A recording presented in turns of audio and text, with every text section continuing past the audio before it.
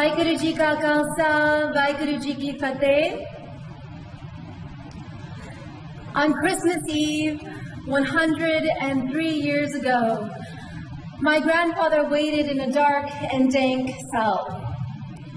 He sailed by steamship across the Pacific Ocean from India to America, leaving behind colonial rule. But when he landed on American shores, immigration officials saw his dark skin, his tall turban worn as part of his Sikh faith, and saw him not as a brother, but as foreign, as suspect, threw him behind bars where he languished for months.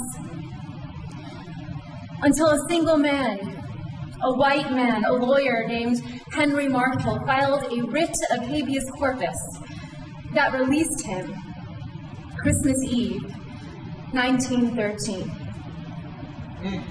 My grandfather, Kehar Singh, became a farmer, free to practice the heart of his Sikh faith, love and oneness. And so when his Japanese American neighbors were rounded up and taken to their own detention camps in the deserts of America, he went out to see them when no one else would. He looked after their farms until they returned home. He refused to stand down. That's right. In the aftermath of September 11th, when hate violence exploded in these United States and a man that I called uncle was murdered, I tried to stand up. I became a lawyer like the man who freed my grandfather, and I joined a generation of activists fighting detentions and deportation, surveillance and special registration, hate crimes and racial profiling.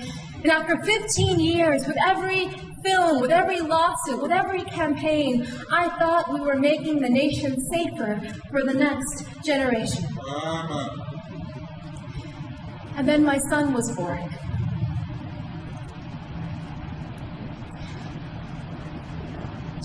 On Christmas Eve, I watched him ceremoniously put the milk and cookies by the fire for Santa Claus.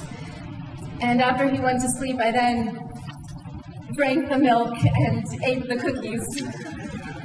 I wanted him to wake up and see them gone in the morning. I wanted him to believe in a world that was magical.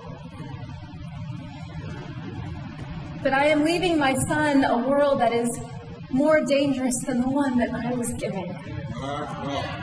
Because we are raising a brown boy in America. A brown boy who may someday wear a turban as part of his faith. And in America today, as we enter an era of enormous rage, as white nationalists hail this moment as their great awakening, as hate acts against Sikhs and our Muslim brothers and sisters are at an all-time high, I know that there will be moments, whether on the streets or in the schoolyard, where my son will be seen as foreign, as suspect, as a terrorist. Just as black bodies are still seen as criminal. Brown bodies are still seen as illegal. Trans bodies are still seen as immoral. Indigenous bodies are still seen as savage. The bodies of women and girls seen as someone else's property. And when we see these bodies not as brothers and sisters, then it becomes easier to bully them, to rape them, to allow policies that neglect them, that incarcerate them, that kill them. Yes, Rabbi. The future is dark. On this New Year's Eve, this watch night, I close my eyes and I see the darkness of my grandfather's cell. And I can feel the spirit of ever-rising optimism in the Sikh tradition, Chardi Kala, within him. And so the mother in me asks, what if?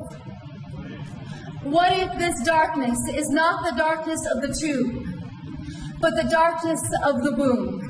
What if our America...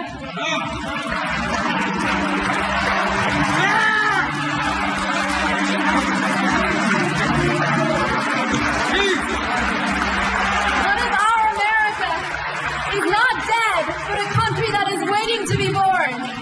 What if the story of America is one long labor? What if all of our grandfathers and grandmothers are standing behind us now, those who survived occupation and genocide, slavery and Jim Crow, detentions and political assault, what if they're whispering in our ear today, tonight, you are brave? What if this is our nation's great transition?